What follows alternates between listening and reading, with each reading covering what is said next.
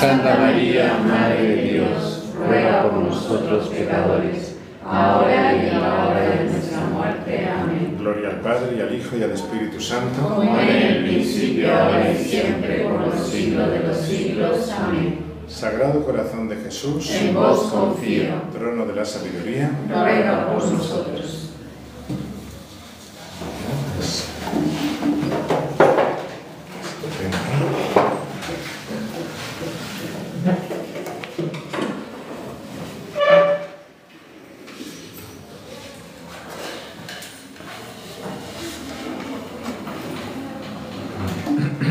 Ya les avisamos de antemano que el próximo lunes, como será lunes de Pascua, nos tomamos para comer el cordero pascual.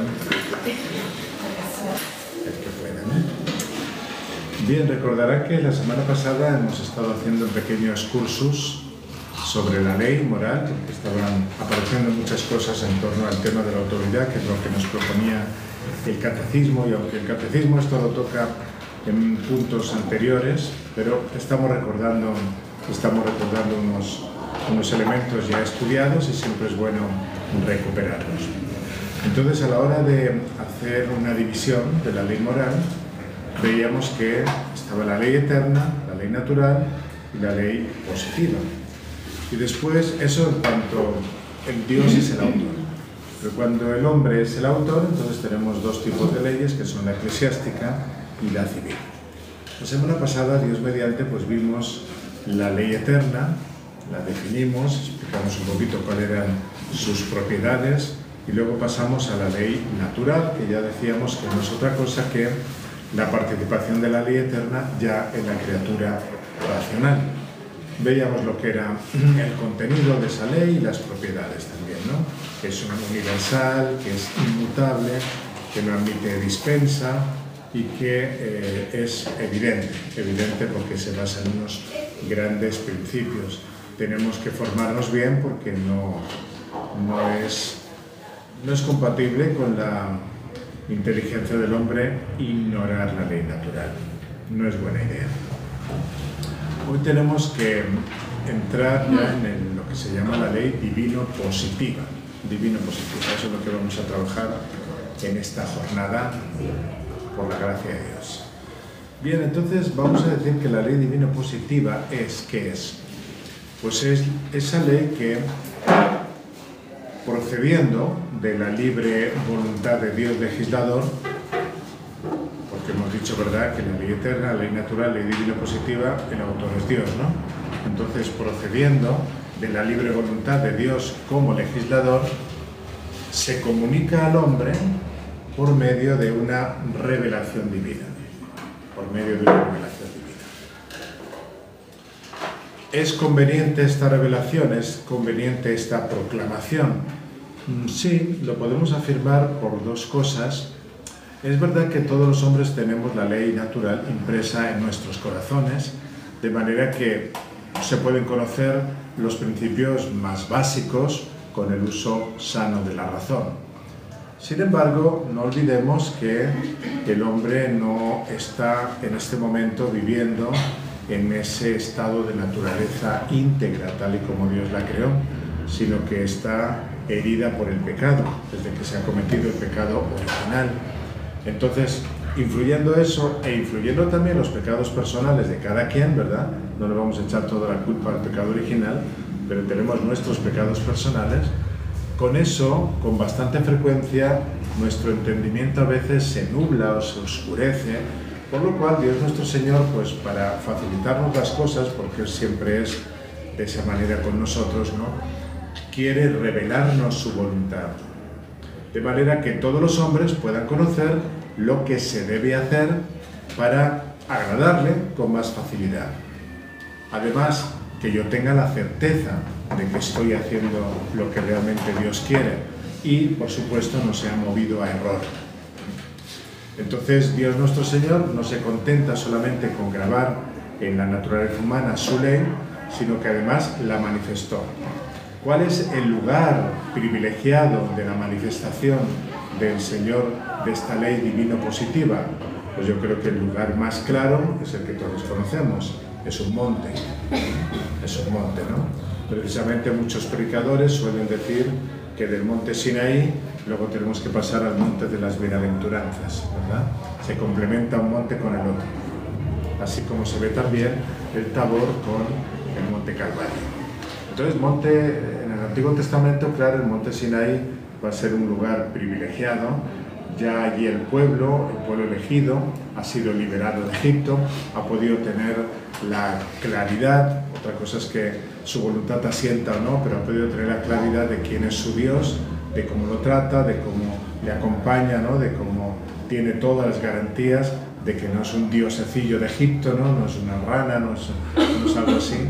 Entonces ese pueblo puede entender que ese legislador va a velar siempre por él, ¿no? Siempre por él. Así le ponga ciertas prohibiciones, obviamente se tiene que poner límites, como siempre hemos dicho, pero ese Dios está facilitando y actuando casi como de padre, porque le va cuidando todo el camino, ¿no? Le falta comida y ahí le da comida, le falta agua, le da agua, etcétera, ¿no? Bueno, principalmente toda esta revelación la vamos a encontrar en el Decálogo, de las 10 palabras o los 10 mandamientos. Los mandamientos nos van a señalar de manera cierta y segura el camino de la felicidad en esta vida, pero sobre todo en la otra. En esos mandamientos Dios nos dice lo que es bueno, lo que es malo, lo que es verdadero, lo que es falso, lo que le agrada, lo que le desagrada.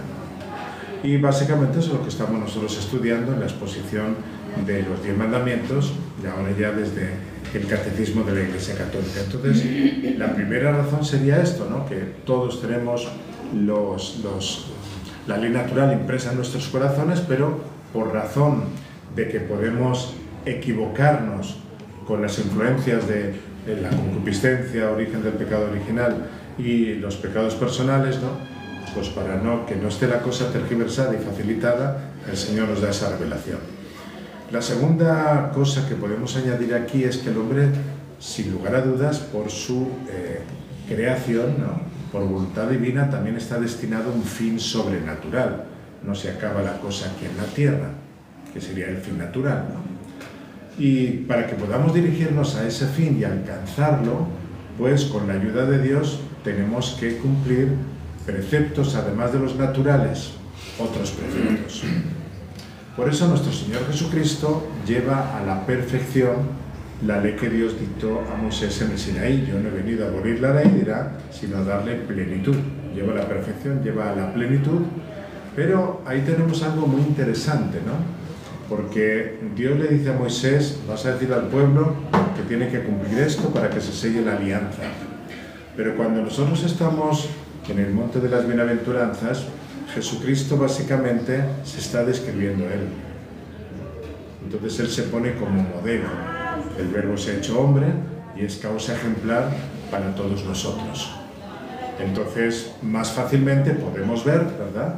Y sabemos que después de la muerte viene la vida eterna, vendrá la resurrección, ¿no? Entonces, si nosotros somos fieles al Padre, como es Jesucristo, alcanzaremos la bienaventuranza. Y no solamente es alcanzar la bienaventuranza, sino que se sube un poquito más arriba el nivel, porque también el Señor nos trae su misma vida, su gracia, ¿no? Sobre todo que se nos da a través de los sacramentos. Entonces se nos habla de la perfección, ser perfectos como mi Padre Celestial es perfecto. Esa perfección que Cristo está trayendo a la tierra, sobre todo se contiene en el mandamiento nuevo del amor. Es lo que vamos a celebrar y contemplar de una manera más cercana a nosotros el Jueves Santo. Sobre todo, en primer lugar, el amor a Dios, con todo el corazón, con todo el alma, con toda la mente, con todas las fuerzas. En segundo término, el amor a los demás. Como Él, como Cristo nos ha amado. Entonces vemos, por tanto, que de hecho Dios nos ha revelado leyes en, digamos, 3 periodos de la historia. El primero, que no hemos señalado tanto, pero hay objetos de revelación, es con los patriarcas. Podríamos decir que son desde Adán hasta Moisés. Después tenemos el segundo periodo, que es más amplio, ya es al pueblo elegido, Moisés en adelante, con todas aquellas leyes que se recogen en casi todos los libros del Pentateuco, ¿no? Levítico, Deuteronomio, sobre todo, más no solamente ahí, pero ahí prioritariamente. Y finalmente tenemos el tercer periodo, que está durando hasta nuestros días y durará, que es el Nuevo Testamento, que ya contiene la ley evangélica. Algunas veces cuando hemos analizado un poquito lo que es los sermones el sermón del monte, ¿no? Viene el Señor y dice, habéis oído que se os dijo, pero yo os digo. Pues esa manera de hablar es precisamente decir la ley antigua, la de Moisés, y ahora viene la ley evangélica. El Señor claramente nos lo pone ahí. Bien, algunas leyes positivas, digamos, de los dos primeros periodos, hemos dicho patriarcas y Moisés en adelante, después Dios las fue aboliendo porque eran meramente circunstanciales, ¿no? Mientras que la ley evangélica ya se da de una vez para siempre, es definitiva. Y aunque fue dada inmediatamente para los cristianos, incumbe, en cierto modo, para todos los hombres. Por ejemplo, las leyes judiciales y ceremoniales que se dan a los israelitas durante el tiempo del Éxodo, mientras van nómadas, ¿no?, por el desierto, pues son prescripciones para ese pueblo en esas circunstancias, pero cuando ya se deja el desierto, se empieza a vivir de otra manera, entonces ahí se necesita otro tipo de legislación. Y sobre todo ya cuando llegamos a Jesucristo con el precepto de la caridad, ya ahora no importa dónde estés, siempre tienes que amar como Él nos ha amado. Entonces tenemos lo que se suele llamar la ley antigua, que corresponde a la ley dada por Moisés, bueno, por Dios a Moisés, y la ley nueva. ¿Qué características podemos decir que tiene la ley antigua? El Papa San Juan Pablo II, en esta encíclica que hemos nombrado varias veces, Veritatis Splendor, que habla de los principios de la moralidad, nos dice lo siguiente, estoy en el número 44 de esa encíclica. El hombre puede reconocer el bien y el mal gracias a aquel discernimiento del bien y del mal que él mismo realiza mediante su razón, iluminada por la revelación divina y por la fe, en virtud de la ley que Dios ha dado al pueblo elegido, empezando por los mandamientos del Sinaí. Israel fue llamado a recibir y vivir la ley de Dios como don particular y signo de la elección y de la alianza divina, y a la vez como garantía de la bendición de Dios. Bueno, está bastante claro lo que nos dice aquí el Papa, ¿no? Por eso podemos decir que la ley promulgada en el Sinaí es perfecta y el mismo Moisés le hace caer en cuenta de esta realidad al pueblo de Israel. Vamos a buscar algunos pasajes, empezaremos por Deuteronomio, claro está. Deuteronomio entonces, capítulo 4, versículos 7-8. Deuteronomio 4, 7-8.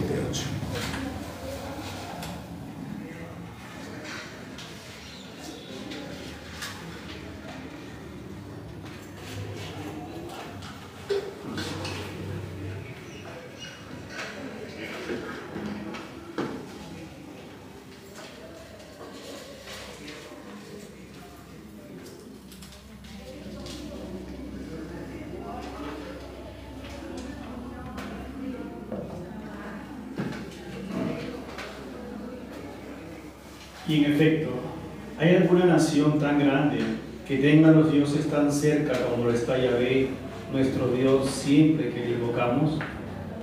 ¿Y cuál es la gran nación cuyos preceptos y normas sean tan justos como toda esta ley que yo os expongo hoy? Está muy claro, ¿verdad?, cuál es el motivo de esa ley: la cercanía del Señor, el amor, y además es un pueblo elegido, ¿no? Sobre todo vamos a destacar el libro de los Salmos, donde se van a expresar sentimientos de alabanza, de gratitud, de veneración, que el pueblo elegido pues está llamado a tener hacia la ley de Dios, porque siempre tenemos que estar agradecidos de tener esas pautas, ¿no? Vamos a empezar por el Salmo primero, para no irnos demasiado lejos.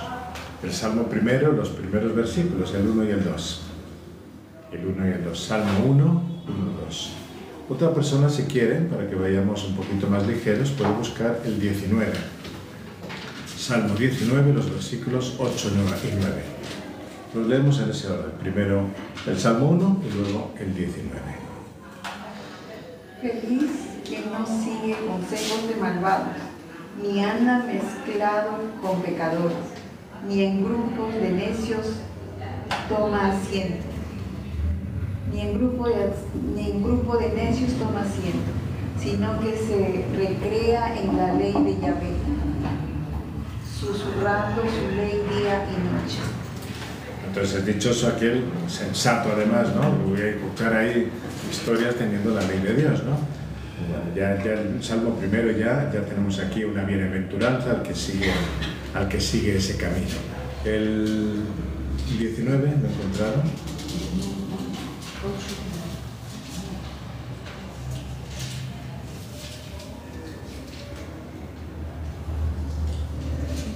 La ley de Yahvé es perfecta, hace revivir.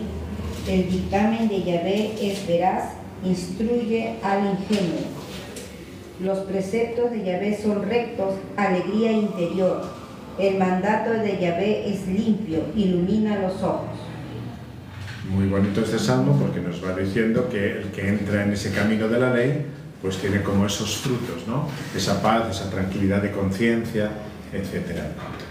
Por eso la Iglesia no ha descartado esta ley, más bien nos está enseñando el Papa que la Iglesia, regresamos a Veritatis Splendor, acoge con reconocimiento y custodia con amor todo el depósito de la revelación, tratando con religioso respeto y cumpliendo su misión de interpretar la ley de Dios de manera auténtica a la luz del Evangelio. Además, la Iglesia recibe como don la ley nueva, que es el cumplimiento de la ley de Dios en Jesucristo y en su Espíritu. Siempre es bueno recordar estas enseñanzas porque, sobre todo, fue esto muy típico, una herejía de los primeros siglos, pero se va repitiendo, ¿no? Se va repitiendo, porque al demonio le gusta repetir sus malos platos que hace. Y es que se ponía una gran diferencia entre el Antiguo Testamento y el Nuevo Testamento, y se decía que el Nuevo Testamento sí es auténtico, pero tampoco se respetaba todo, porque ahí se ve el amor de Dios, pero en el Antiguo Testamento se ve un Dios juicioso, un Dios que castiga, un Dios que parece que está siempre irritado, enfadado, ¿no? Que tiene ahí ojeras en los ojos, ¿no? De tanto que los aprieta, ¿no? Bueno, eso siempre hay que descartarlo. La Iglesia recoge con reconocimiento y custodia con amor todo el depósito de la revelación. Siempre. Si nos ensalzan demasiado el nuevo y desprecian el antiguo, eso está mal. Si nos ensalzan demasiado el antiguo y desprecian el nuevo, eso también está mal. Bueno, es cierto que hay ahora unas diferencias con la ley antigua. Esas diferencias, fíjense, que ya fueron anunciadas, no son ninguna novedad. Vamos a buscar ahora Jeremías 31, 33. Capítulo 31, los versículos del 31 al 33, libro de Jeremías.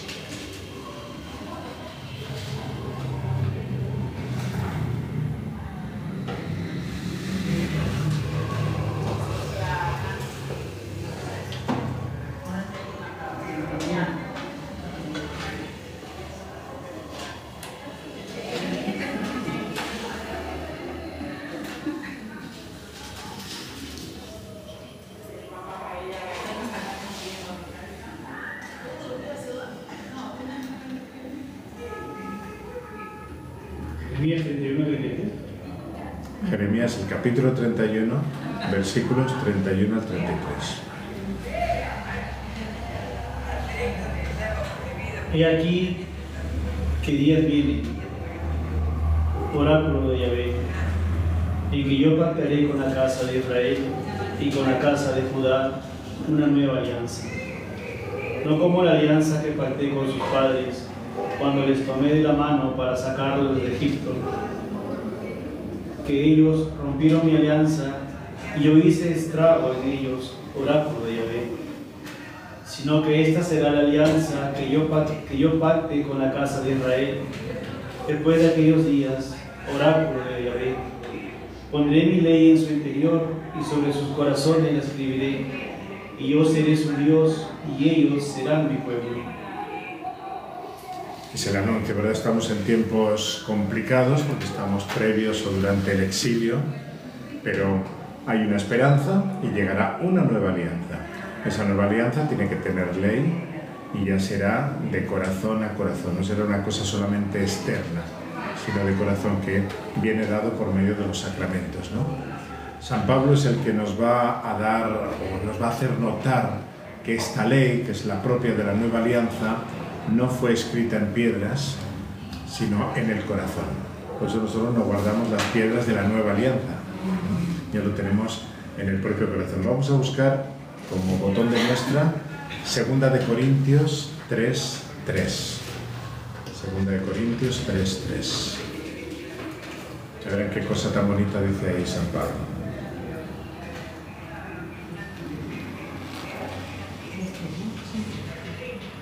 Nadie puede negar que ustedes son una carta de Cristo, de la que hemos sido instrumentos, escrita no con tinta, sino con el Espíritu del Dios vivo.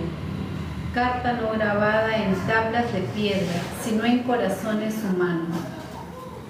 Ese es el objeto de la predicación, ¿no? Llegar al corazón, que desde el corazón uno acoge, entonces empieza a actuar, ¿no?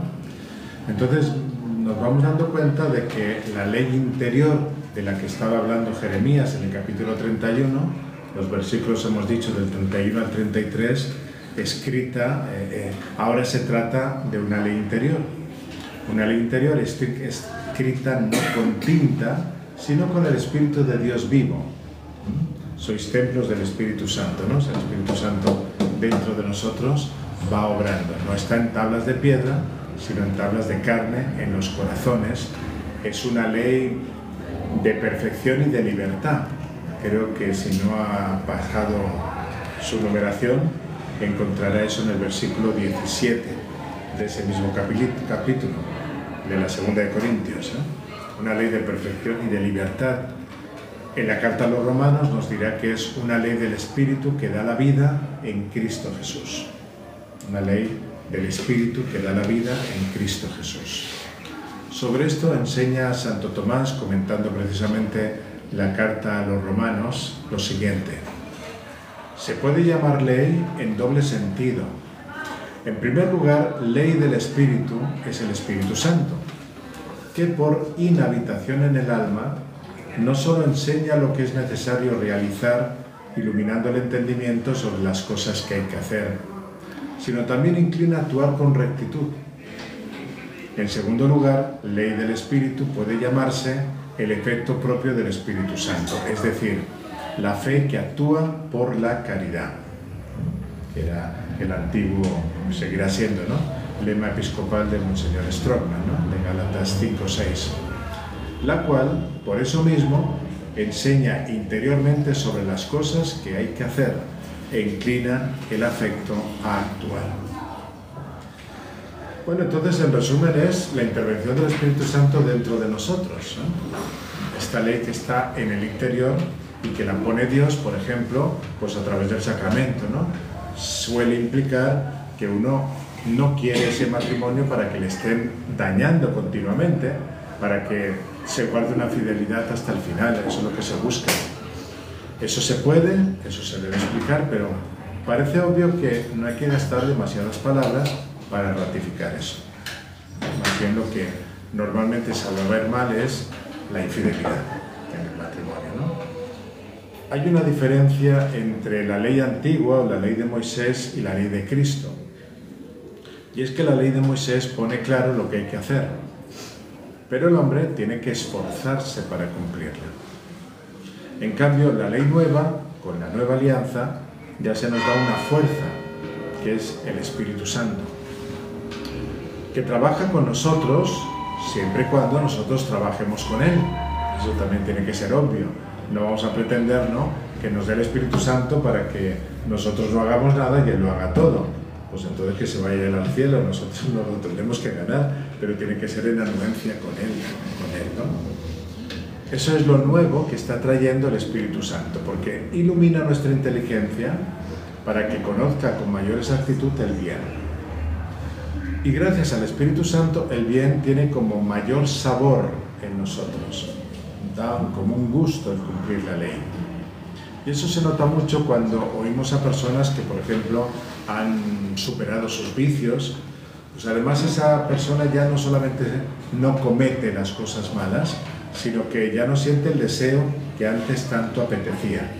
Más bien como siente como un poquito como de rechazo para eso, ¿no?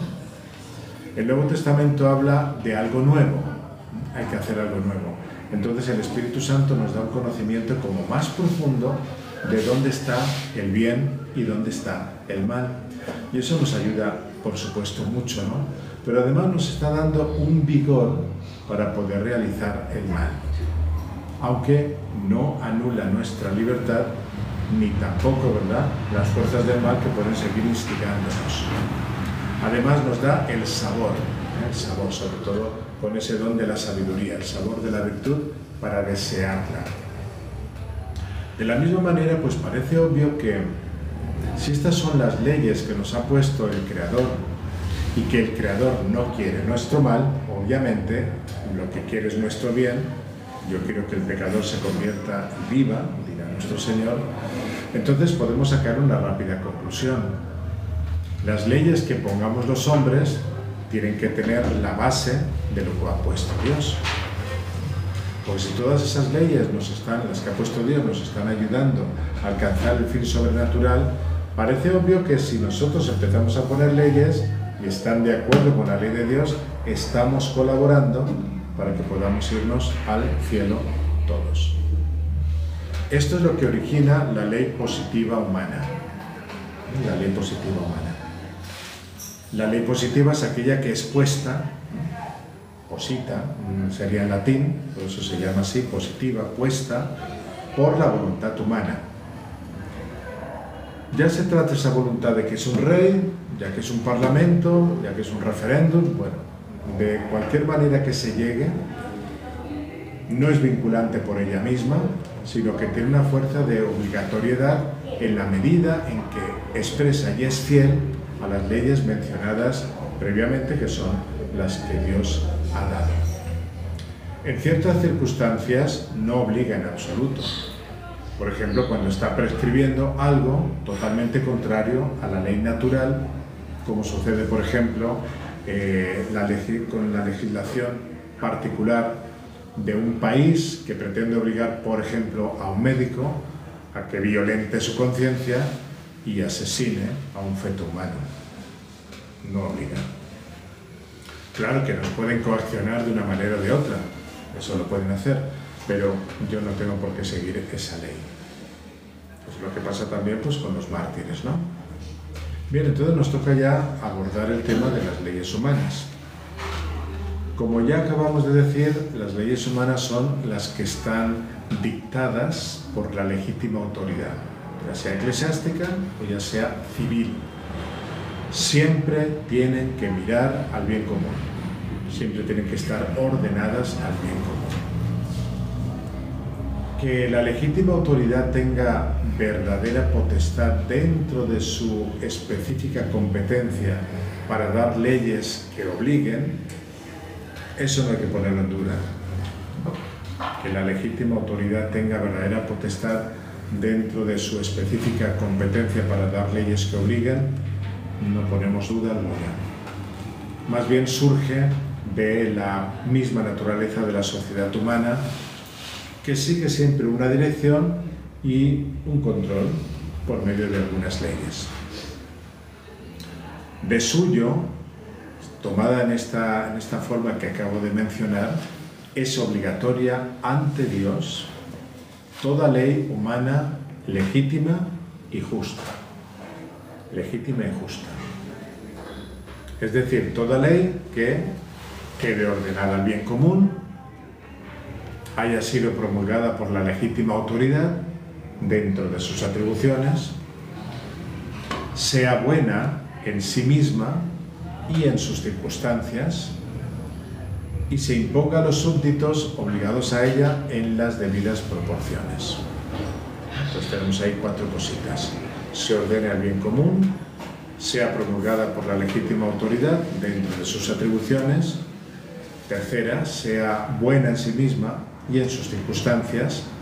Y cuarta, se imponga a los súbditos que quedan obligados a ellas en las debidas proporciones. Bueno, que queda la ley humana orientada al bien común de la sociedad donde se dicta, pues eso es algo también de sentido común, ¿no? Y como tal, pues debe tener la diversidad natural de sus súbditos, pues las edades, las condiciones físicas, las condiciones económicas, la educación, el sexo, etcétera, ¿no? Que tiene que tener en cuenta todo eso cuando se dictan las leyes. Y debido a ello, pues la ley humana debe guardar cierta generalidad que permita aplicarla a todos sus miembros y que ellos puedan cumplirla. Si las leyes que no pueden cumplir, obviamente, están fuera de lugar, ¿no? Vamos a hablar ahora de la obligatoriedad de la ley humana. Como ya hemos dicho, vamos a establecer un principio general y de ahí iremos partiendo, ¿no? La ley humana no puede regular directamente, sino la actividad social externa, pero las intenciones solamente eso las toca en aquello que le están necesariamente ligadas a los actos externos. No obstante, si la ley es justa, deriva de la ley eterna imponiéndose a nuestra conciencia. Si una ley es justa, obliga siempre en conciencia. Si una ley es justa, obliga siempre en conciencia. Y de esto tendremos testimonio en la propia Sagrada Escritura. Vamos de nuevo a recorrer sus páginas. Esta vez nos vamos primero al Antiguo Testamento, el libro de los Proverbios, el capítulo 8, el versículo 15.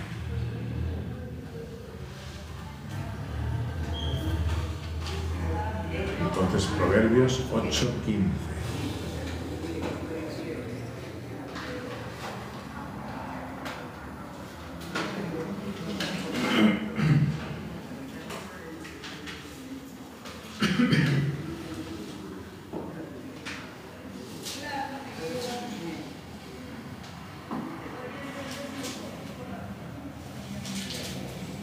Por mí los reyes reinan y los magistrados administran la justicia.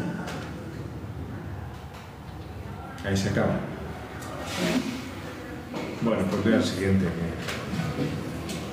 que nos ayudará un poquito más. Por mí los gobernantes gobiernan y los príncipes son todos jueces justos. Ahí nos habla un poquito de la justicia, ¿no es cierto? Pero cuando está hablando de por mí, evidentemente no se refiere a usted, se está refiriendo a Dios, a Dios nuestro Señor, ¿no? Por mí reinan los reyes y las autoridades, claro, cuando son legítimas, ¿verdad? Esas autoridades. Bueno, nos vamos ahora al Nuevo Testamento, vamos a buscar dos textos, Romanos 13.1, y luego Juan 19.11, que es un texto que va a aparecer el Viernes Santo. Empezamos por Romanos. Adelante. Que todos se sometan a las autoridades establecidas, pues no hay autoridad que no provenga de Dios, y las que existen por Dios han sido constituidas. Y está hablando a los romanos, no podemos decir que San Pablo está hablando simplemente a unos gobiernos constituidos netamente católicos. No necesariamente. Nos vamos ahora a Juan 19.11. Mejor si son católicos, desde luego. Católicos practicantes y serios.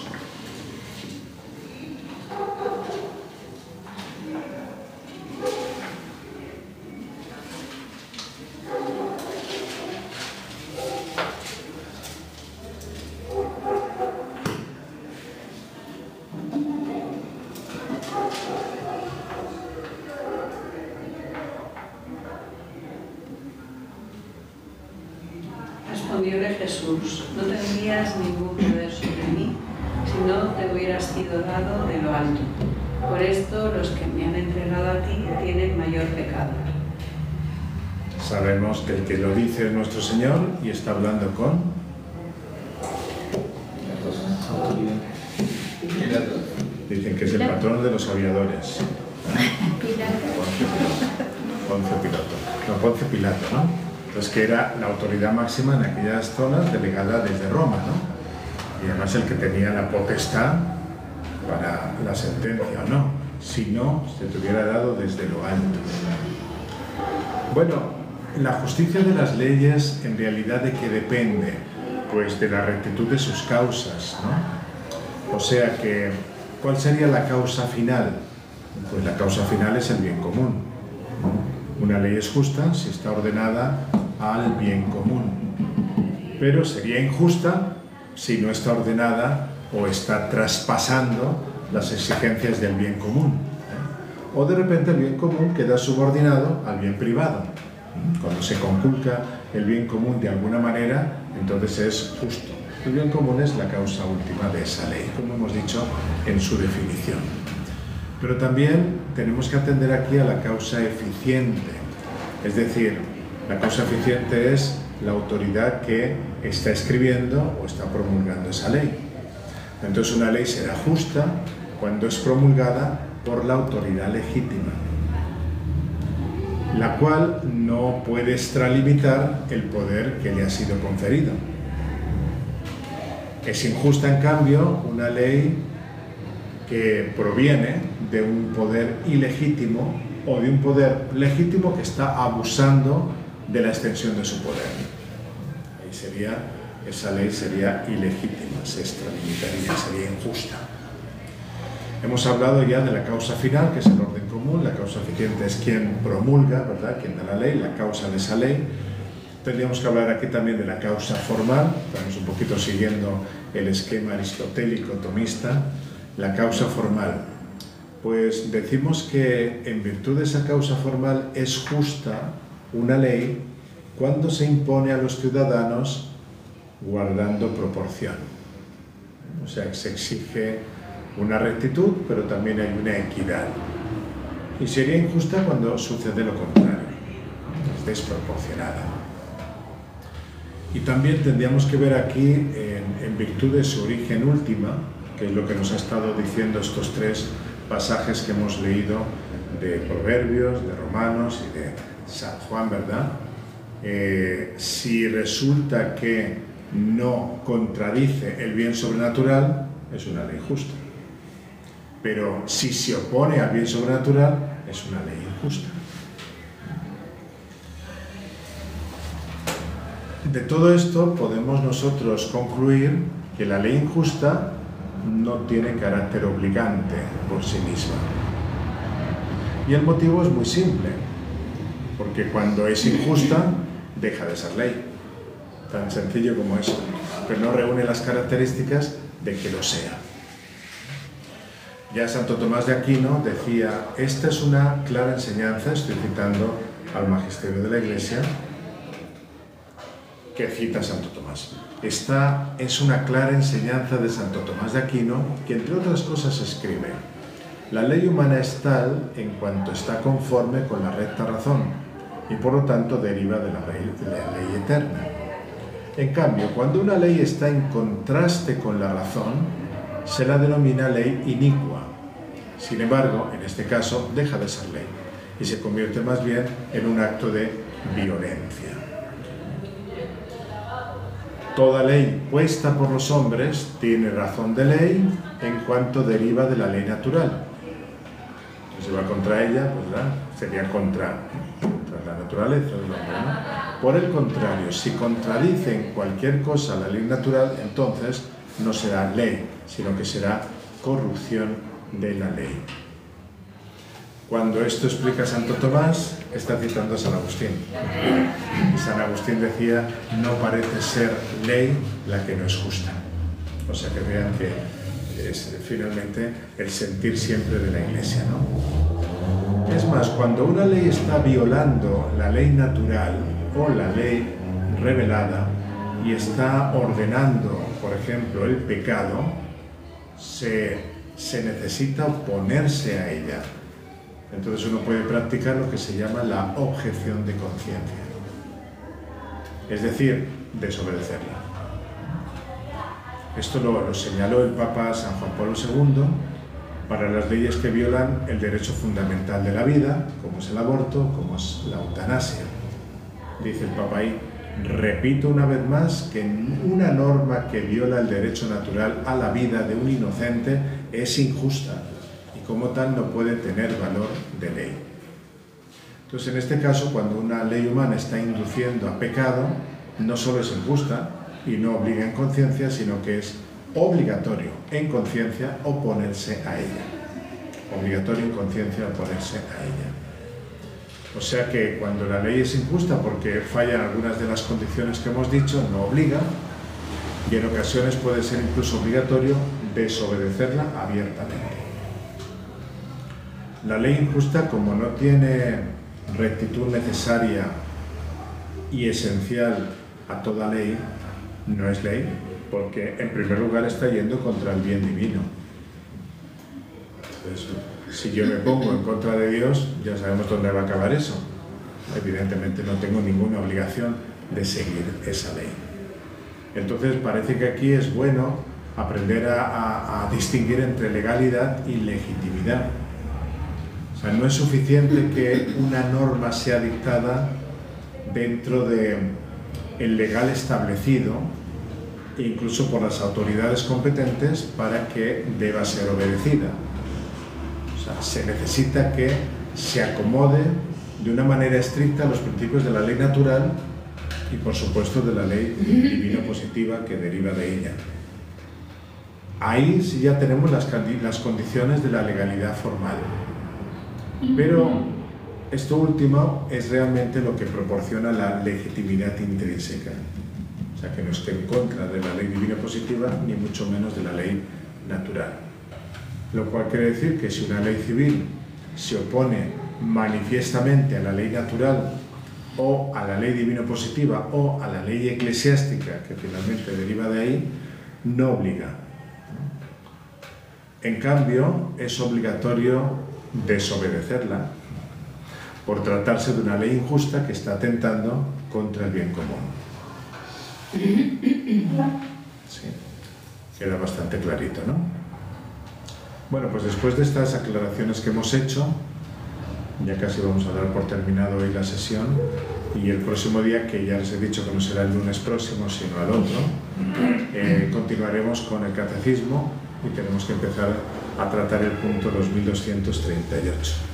Pero eso será en 15 días, así que se les recomienda que no falten a las ceremonias de la Semana Santa, por supuesto, y que tengan una feliz Pascua de resurrección con el Señor.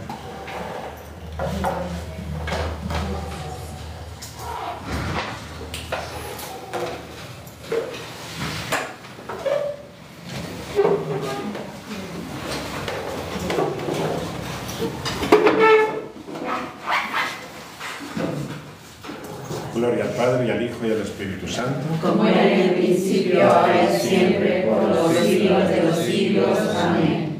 Gloriosa Patriarca San José, ruega por nosotros. Santos ángeles custodios, Ruega por nosotros. Estupendo. Gracias, Padre. Buenas noches.